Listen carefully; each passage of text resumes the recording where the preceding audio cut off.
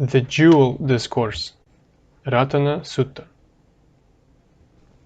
The occasion for this discourse, in brief, according to the commentary, is as follows. The city of Vesali was afflicted by a famine, causing death, especially to the poor folk. Due to the presence of decaying corpses, the evil spirits began to haunt the city. This was followed by a pestilence. Plagued by these three fears of famine, non-human beings, and pestilence, the citizens sought the help of the Buddha, who was then living at Rajagaha. Followed by a large number of monks, including the Venerable Ananda, his attendant disciple, the Buddha came to the city of Vesali. With the arrival of the Master, there were torrential rains which swept away the putrefying corpses. The atmosphere became purified, the city was clean. Thereupon the Buddha delivered this jewel discourse, Ratana Sutta, to the Venerable Ananda, and gave him instructions as to how he should tour the city with the Lichavi citizens, reciting the discourse as a mark of protection to the people of Vesali. The Venerable Ananda followed the instructions and sprinkled the sanctified water from the Buddha's own alms bowl. As a consequence, the evil spirits were exorcised. The pestilence subsided. Thereafter, the Venerable Ananda returned with the citizens of Vesali to the public hall where the Buddha and his disciples had assembled awaiting his arrival. There, the Buddha recited the same jewel discourse to the gathering.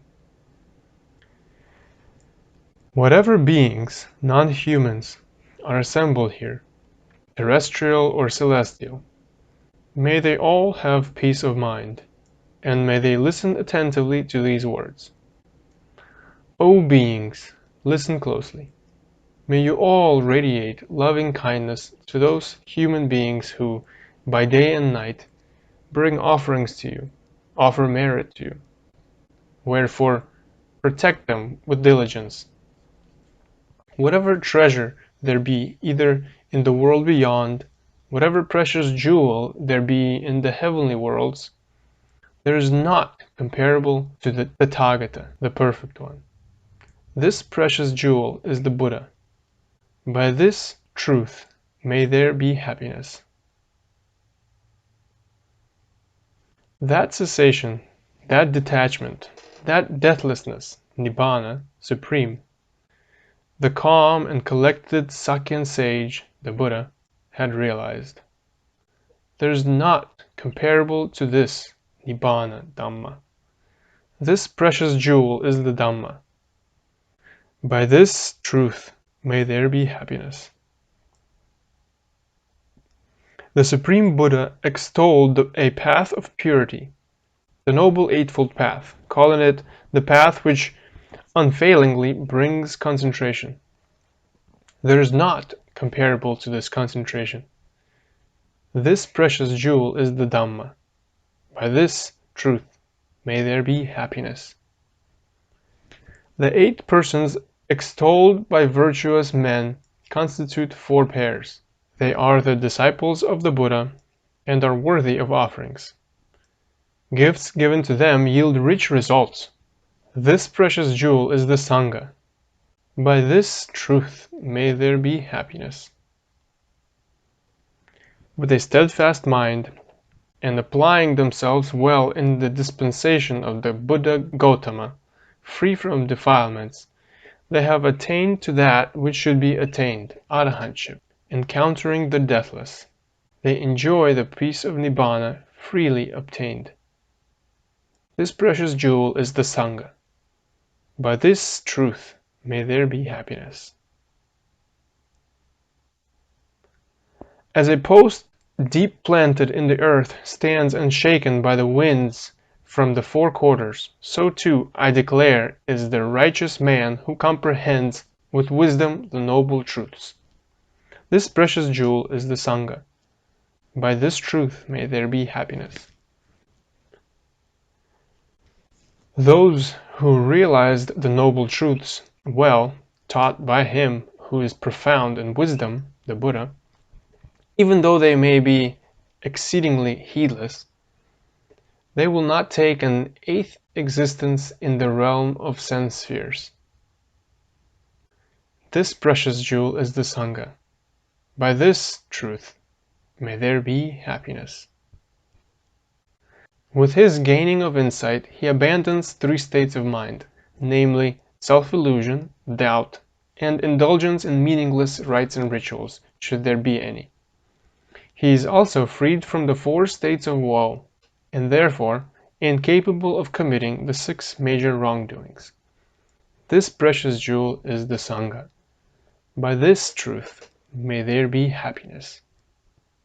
Any evil action he may still do by deed, word, or thought, he is incapable of concealing it, since it has been proclaimed that such concealing is impossible for one who has seen the path of Nibbana.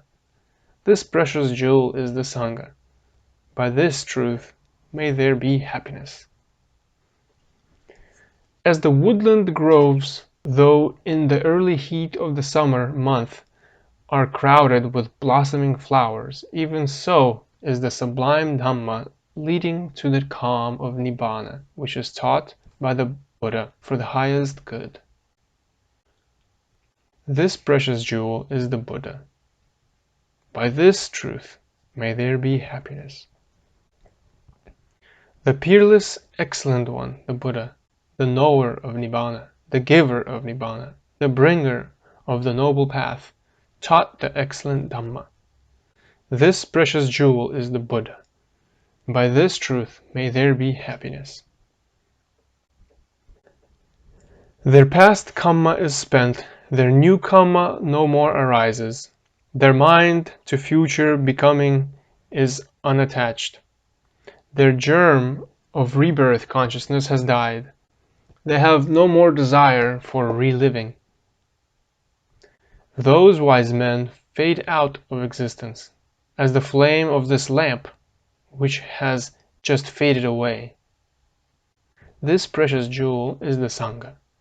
By this truth may there be happiness. Whatever beings non-human are assembled here, terrestrial or celestial, come, let us salute the Buddha, the Tathagata, the Perfect One, honored by gods and men. May there be happiness. Whatever beings are assembled here, terrestrial or celestial, come, let us salute the perfect Dhamma, honored by gods and men. May there be happiness. Whatever beings are assembled here, terrestrial or celestial, come, let us salute the perfect Sangha, honored by gods and men. May there be happiness.